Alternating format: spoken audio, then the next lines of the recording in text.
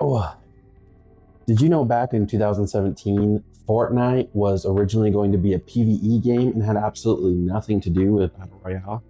Well, just like the world where I come from of marketing, sometimes you need to change, adapt, and develop new strategies that you never thought possible, and even reinventing your game to achieve way more success than what the original plan was, and marketing being the main driver of that success. Let's jump into Fortnite and how its groundbreaking marketing and how it's always changing up the game has changed the gaming landscape probably forever. One of the first big iconic marketing moments I could remember from Fortnite is when Ninja had his iconic live stream with Drake. And they were playing a match, and you could just tell that while their connection, they might have not been people that probably would have met under any normal life circumstance. It was really cool for both Drake and Ninja to not only help get their brands and names out there, but to see how Fortnite could bring different types of people together to have lots of fun, even people that hardly knew each other. And it had such a significant cultural impact that we've seen echoes and waves of across other industries outside of gaming, where influencer marketing really started to take off, particularly in the gaming industry, and especially with Fortnite. I think that's when Ninja was blowing up on the scene, getting millions of subscribers, and I think his audience, while it was probably more of a younger demo, I'm sure today it's all over the place, all different people consuming his content. And even though he's not 100% full on Fortnite like he was, I mean, that moment in time set up so many people's careers, paths, and helped shoot Fortnite to the global phenomenon that we know and love today. And again, I bet you they spent a good amount of money on that stream to get that all set up, or maybe they didn't spend little at all, but I bet you it was a whole lot cheaper than $1 million+ monthly marketing budget that a place like YouTube or Epic would probably normally be accustomed to in terms of trying to launch a new game and get it on its feet.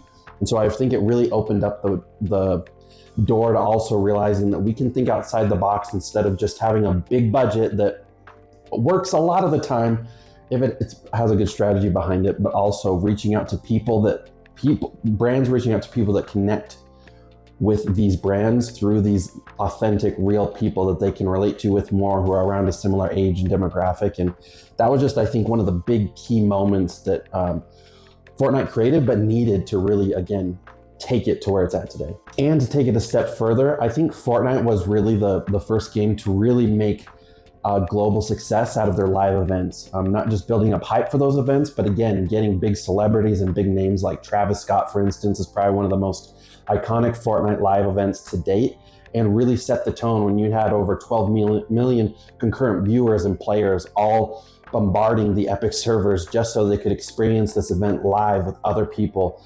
It was probably also one of the first starts of people being more and more into like digital concerts and realizing that, man, even if I can't be in London or I can't afford to, I could easily jump on a live stream on YouTube or Twitch or whatever the platform may be and still get somewhat of the experience. Nothing beats a live in-person experience, but especially when it comes to a video game, you can't help it sometimes. And you have to remember too that YouTube wasn't just leveraging big celebrities like Travis Scott, or Fortnite wasn't, leveraging big celebrities like just Travis Scott, but a lot of YouTube influencers. And I think YouTube was key to Fortnite's specifically live event strategy of, again, building that hype, but knowing that your favorite streamer is also going to hop onto Fortnite while that live event is going on. Of course, all the audience that follows that streamer is going to follow him or her into Fortnite, which again is just like a huge recipe for awesome success. And I think one of the biggest not secrets of Fortnite's evolution of marketing and how they just keep getting better and better, and now are probably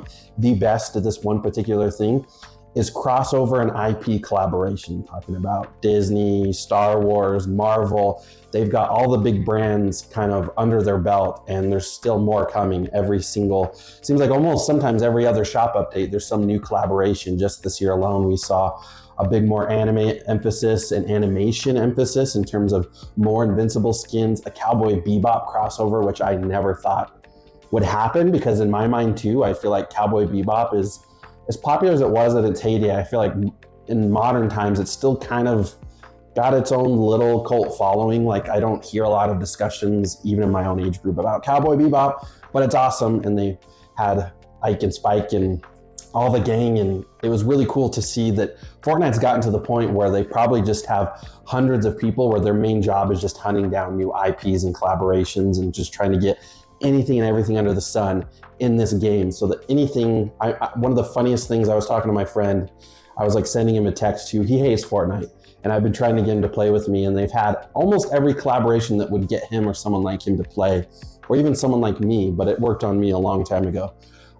But in this newest one, Battle Pass, they have Sub-Zero, and in the game, you have Sub-Zero gauntlets. And because of me playing from the past, I have all these things in my locker, and I was like, man, I never thought I would see the day where I was in a, Nissan, like an old 90s Nissan Skyline GTR that's decked out in Godzilla cosmetics, wearing Sub-Zero gloves, playing as Alien from the Alien franchise. Like crazy. Like no one could have guessed that or put that on their bingo card for 2025, but here we are, and it's awesome, and it ties into people like me too, who might be that older demographic who see Fortnite as silly and a child's game, which it is, and that'll probably never change, but it's still cool, especially if you have kids like me, where you can kind of have this, crossover effect, where they're having fun with these silly new Fortnite skins, and I'm just having fun, being Sub-Zero and beating the crap out of people. And I think the most modern marketing approach that I think Fortnite is leaning more and more into,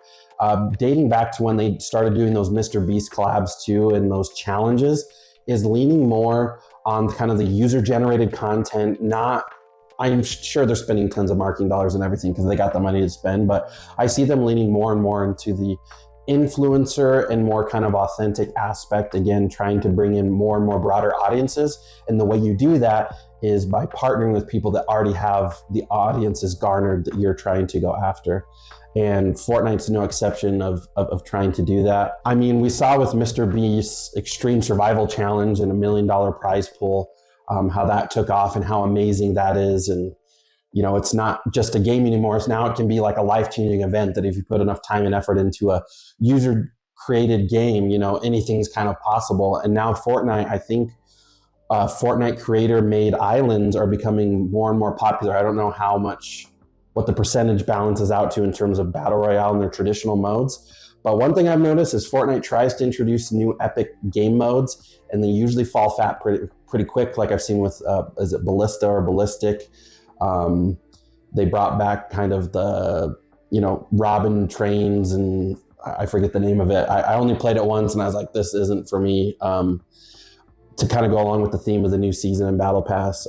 But those creator-made islands, I see more and more people that I even used to like only play Battle Royale with. Now I hop on Fortnite, and they're in completely different user-made islands, from like funny little like horror creepy games to like I saw like a Jurassic Park Fortnite game, and like hide and seek and prop hunt, and there's just a whole new world to explore. And of course introducing things like Lego and racing and music festival, which has brought back companies making music peripherals and bring back the glory days of the Rock Band Guitar Hero age that I miss so much, and I know a lot of people do too. It's really becoming the one-stop shop for any type of person that you are, whatever game you're into. Fortnite probably already has that and then some. And I think sometimes the thing that holds people back is maybe just the fact that it's so cartoony and kiddish, but who knows, like nothing's out of the realm of possibility. And I think I've already seen like, kind of like how Roblox does, where it's kind of like, I don't know, like 16 or 18 plus modes or experiences. I don't know how those work. I've never tried one out before, but I guess if something's particularly scary or disturbing, like they're slowly getting into, I think, also a more mature audience base, because they are being a lot more free and open with their collaborations and getting more horror icons into the game and whatnot. And Halloween at Fortnite's always a special time. It's like my new favorite game to play around Halloween. It's always like Fortnite and Dead by Daylight, but that game is another disappointing story for another disappointing time. Anyways, I hope you like this video. As always, like, subscribe, comment. Tell me, what do you think about Fortnite? What do you love about Fortnite? What do you hate about it? What have you learned or liked about Fortnite's marketing? What have you hated about Fortnite's marketing? Did you even know of these strategies that Fortnite is using or other games that are using? Like, what are some of your games that you think exemplify really awesome marketing, particularly like in the modern age, since it's changing so much with the prevalence of AI and different things like that. But anyways, that's my soapbox for the day. Peace easy.